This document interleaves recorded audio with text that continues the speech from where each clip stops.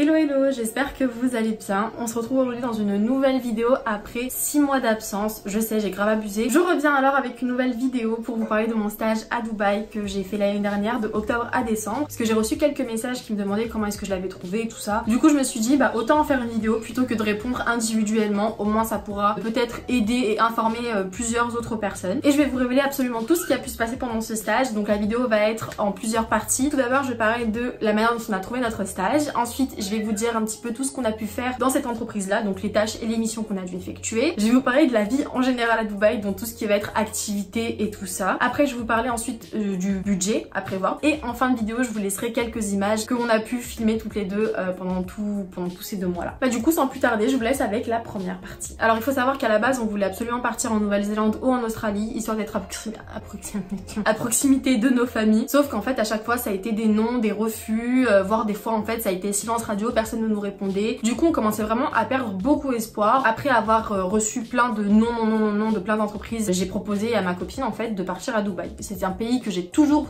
mais vraiment toujours voulu visiter. Et du coup je me suis dit bon attends, on n'a rien à perdre. Elle était un petit peu réticente parce que pour elle en fait c'est un pays musulman et c'était assez strict et tout ça. Il faut pas confondre les Émirats Arabes Unis et l'Arabie Saoudite, chose qui est très souvent faite. Du coup ce qu'on a décidé de faire c'est d'envoyer des messages à des entreprises de Dubaï, mais pas des mails en fait. On a décidé de les contacter via leurs réseaux sociaux afin d'avoir une visibilité de la lecture de notre message ou non. Et je crois les jours qui ont suivi on a reçu une réponse hyper positive d'une entreprise qui était là oui on vous prend toutes les deux, parce que c'était vraiment quelque chose qu'on voulait absolument faire. On voulait vraiment partir toutes les deux pour pouvoir déjà ne pas se retrouver seul dans un pays qu'on ne connaissait pas, mais aussi pour partager les frais. Le fait de partager en deux en fait ça a permis en fait de bien gérer notre budget. Si j'ai un conseil à vous donner du coup pour pouvoir trouver un stage assez facilement, c'est de contacter les entreprises via leurs réseaux sociaux. C'est toujours mieux parce que en vrai un mail bah je pense qu'ils en reçoivent des tonnes et des tonnes, tandis que les réseaux sociaux les gens peuvent ne pas forcément y penser. Donc vous pensez-y, et aussi je vous conseille de les appeler directement. Au moins vous leur montrerez que vous maîtrisez la langue étrangère, donc aussi montrer que vous avez du culot, que vous prenez votre téléphone et que vous vous dites allez on tente, on appelle carrément au lieu d'envoyer un mail et attendre comme ça 40 ans. Donc voilà, les trucs à retenir c'est les réseaux sociaux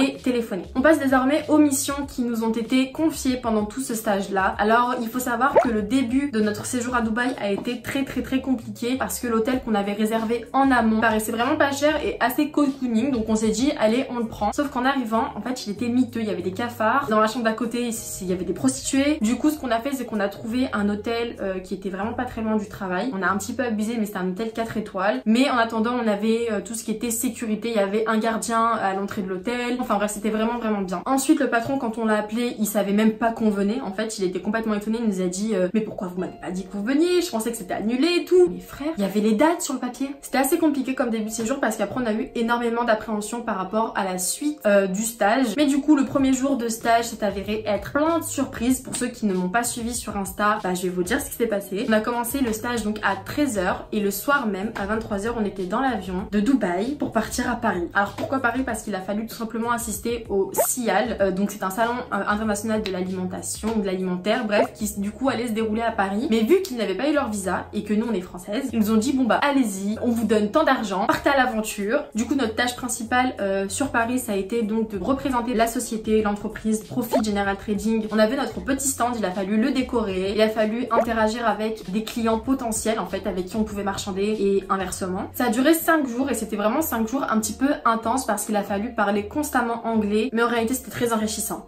Intense mais enrichissant. Le salon terminé, on avait 5 jours de battement pour pouvoir faire une prospection concurrentielle. Alors qu'est-ce que c'est? Il a fallu du coup acheter les mêmes produits que l'entreprise pour laquelle on travaillait vendait, mais ces produits devaient appartenir à des concurrents afin que notre entreprise en fait puisse avoir une certaine visibilité de la concurrence qu'il pouvait y avoir en France. Je sais pas si c'est clair, au pire si vous n'avez pas compris vous me le demanderez dans les commentaires, je vous répondrai. Du coup on est parti au Monoprix, on a acheté absolument tout ce que l'entreprise pouvait vendre, donc ça a été pois chiches, fèves, huile d'olive, huile de sésame, huile de sa grand-mère. Il a fallu absolument tout acheter. Ah oui parce que je vous l'ai pas dit mais mon entreprise en fait importe et exporte des produits agroalimentaires et du fourrage animalier. Après 10 jours dans le froid glacial de Paris, on est retourné donc dans la chaleur désertique et aride de Dubaï. Il a fallu du coup faire un compte rendu assez complet pour le patron et ses collaborateurs, parce qu'en plus il a fallu recopier aussi tous les noms des entreprises et des commerciales qu'on a pu rencontrer là-bas. Après qu'on ait fait ça, on a eu qu'une seule mission jusqu'à la fin du stage, ça a été donc de démarcher des entreprises en Europe afin de pouvoir donc marchander avec eux et surtout leur exporter de la gomme arabique. C'était vraiment leur projet principal. Et enfin, pour clôturer notre stage, on a dû encore participer à un autre salon. C'était un autre SIAL mais qui était à Abu Dhabi cette fois-ci. Du coup on est resté 3 jours là-bas dans un petit hôtel qui était vraiment pas mal. Et pareil, il a fallu tout simplement représenter l'entreprise là-bas. Cette fois-ci par contre on n'a pas eu à faire de rapport parce que tout le monde était là, le patron, les employés, même le comptable était là. Ça nous faisait du travail en moins. Je vais aborder désormais le troisième point de cette vidéo qui est pour moi le plus important et c'est donc le budget à prévoir pour partir en stage à Dubaï plus précisément. Alors prévoir son budget en fait commence dès le début de l'année tout simplement parce qu'il faut du coup payer le billet d'avion qui en Nouvelle-Calédonie sont relativement chers. Je pense qu'on le sait tous très bien. Le billet d'avion, je l'ai payé 190, elle l'a payé 180, j'ai pris une assurance en plus. Si vous n'avez pas cette somme là dès le début, vous pouvez très facilement demander à vos parents et les rembourser par la suite parce que le gouvernement calédonien, la province sud, vous donnera une bourse assez conséquente qui va pouvoir rembourser votre billet d'avion.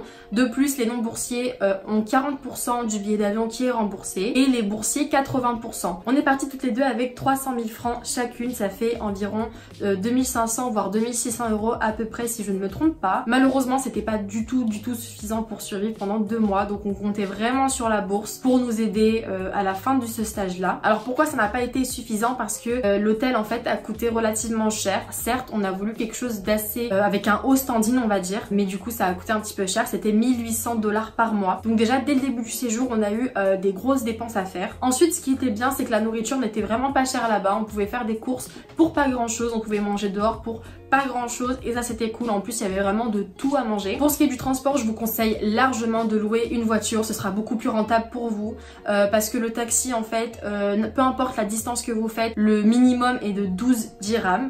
Ensuite pour ce qui est du métro, en fonction de la zone où vous voulez aller, pareil le prix diffère. Moi j'ai loué une petite voiture, bon elle était vraiment pourrie mais elle roulait et je la payais 16 dirhams, ouais 16 dirhams par jour. Du coup on a quand même réussi à tenir pendant 2 mois chacune avec à peu près un peu plus de 100 000 francs parce que bon l'hôtel du coup a coûté 1800 $, c'est pas rien. C'était un petit peu de la survie sans vous mentir, on faisait énormément d'économies, on évitait de sortir un maximum. On a pu toucher notre bourse 2 semaines à peu près je crois avant la fin du stage. 2 semaines avant la fin du stage, je pense que c'est un tout petit peu abusé, on va pas se mentir, mais de toute façon moi ça m'étonne pas du tout parce que les administrations de Nouvelle-Calédonie sont éclatées, l'organisation est pourrie. À partir du moment où on a reçu la bourse, là on a pu vivre un petit peu, on a pu sortir, on a pu faire énormément d'activités. En fait il y a tellement de choses à faire là-bas qu'on peut commencer à dépenser très rapidement son argent sans forcément s'en rendre compte. Ce qui va mettre du coup au 4e point de cette vidéo qui est la vie en général à Dubaï, donc les endroits à visiter, les choses à faire et tout ça. Alors s'il y a bien une chose à faire absolument quand on part à Dubaï, c'est monter dans le Burj Khalifa. Donc ça coûte à peu près 300 et quelques dirhams pour monter au 146 ou alors 147e étage, mais vraiment il faut le faire parce que la vue est imprenable. On est allé en pleine nuit, du coup vraiment on a vu Dubaï by night, c'était juste magnifique. Je vous conseille également de visiter le vieux Dubaï qui se trouve à Deira, donc là-bas vous y trouverez le Gold Souk, le vieux port, et il y a vraiment énormément de choses à faire. Il y a aussi un musée qui est vraiment à visiter, j'ai pas le nom du musée, je suis désolée, mais vraiment c'était super beau. Ensuite bien évidemment Palm Jumeirah, donc c'est vraiment le truc le plus connu à Dubaï, vous savez la grosse palme comme ça. Au bout vous avez l'hôtel Atlantis dans lequel vous pouvez faire énormément d'activités, vous pouvez nager avec des dauphins, nager avec des phoques, il y a aussi un gros truc aquatique où il y a plein de toboggans et tout ça, donc c'est vraiment cool. Après pour tout ce qui va être restaurant et bar à chicha, vous allez trouver ça à City Walk, JBR, la Marina. J'ai plus tous les noms en tête mais je vous les mettrai sur le côté ici, je vous fais un petit listing de tous les endroits où vous pouvez trouver des restos et tout ça. Après pour tout ce qui va être bar et boîte de nuit, déjà faut savoir que la majorité est de 21 ans là-bas.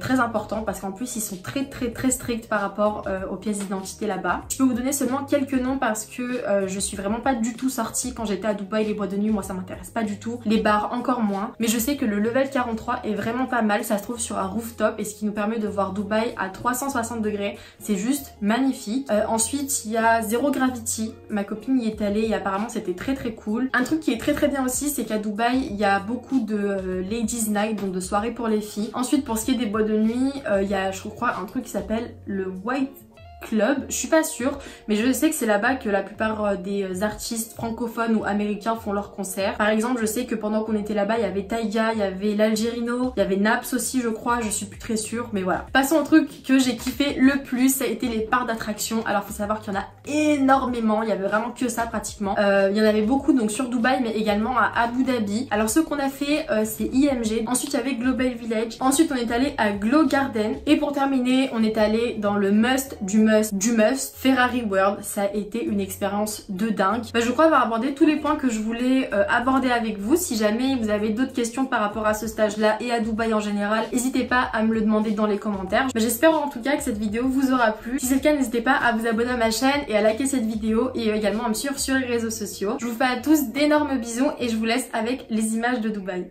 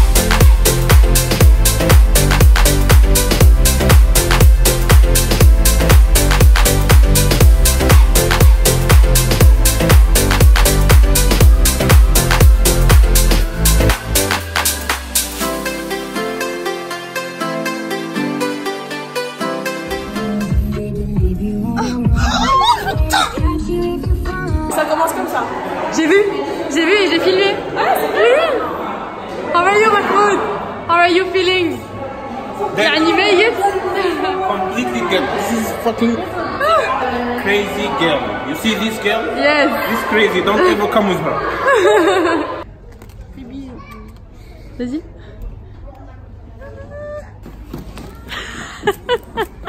On a dit à toi aussi de mettre des claquettes. Attends.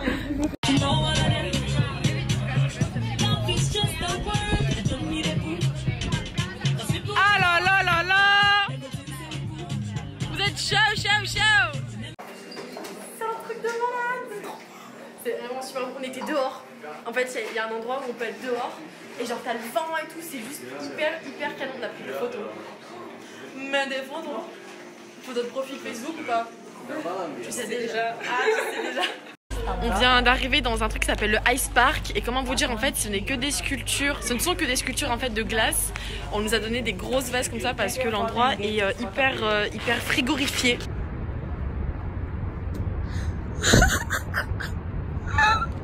Elle s'aime ou quoi?